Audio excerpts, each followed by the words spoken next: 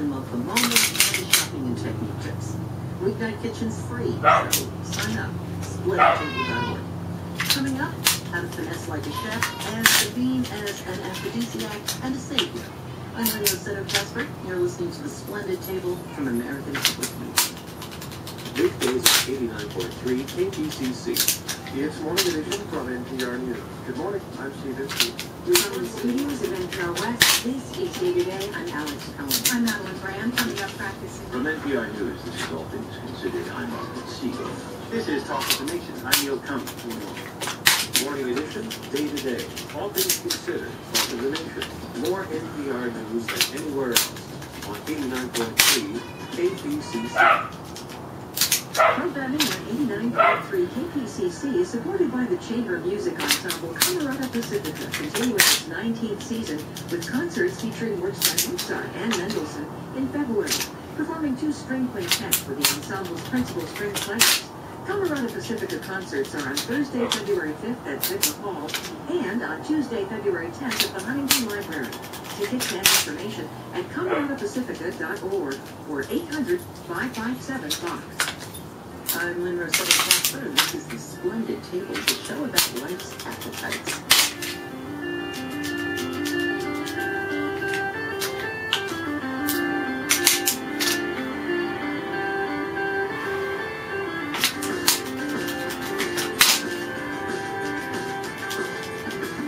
Michael Ruhlman is the journalist who becomes the subject. When he wanted to understand what it took to become a professional chef, he became a full-time student at the Culinary Institute of America. Michael went on to co-author the French Laundry Cookbook and Charcuterie. Well, these experiences all come together in his latest book, The Elements of Cooking, translating the chef's craft for every kitchen. Hey, Michael, welcome. Thank you. Great to be here. Michael, you did this book, this long chapter on stock, which of course begs the question these days, why bother making your own? Well, it's not that long, first of all. It's just a few pages.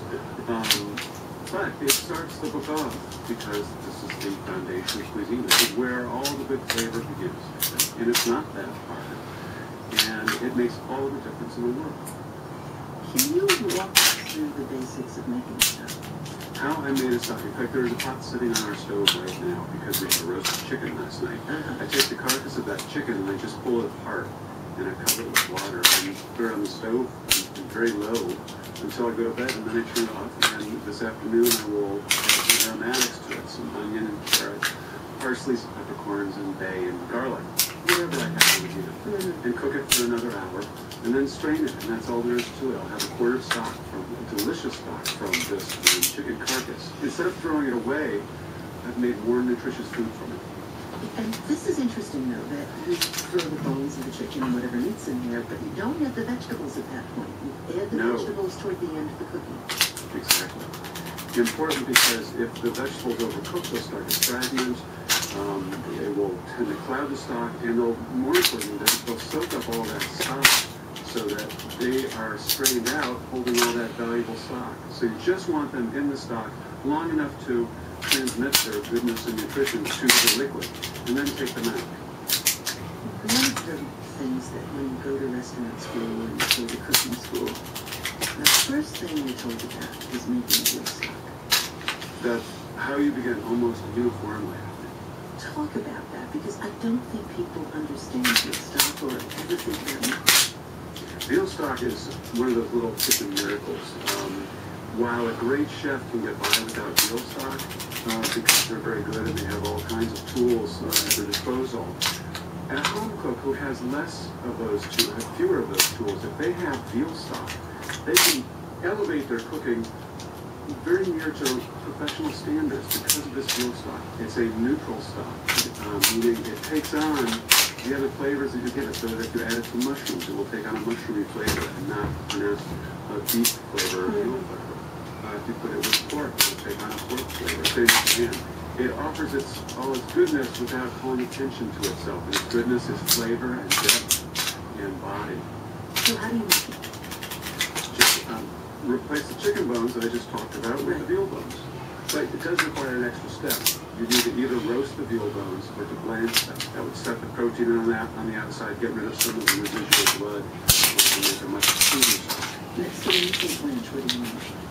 I mean, put them in cold water and bring them up to a simmer, and then strain them and rinse them in cold water.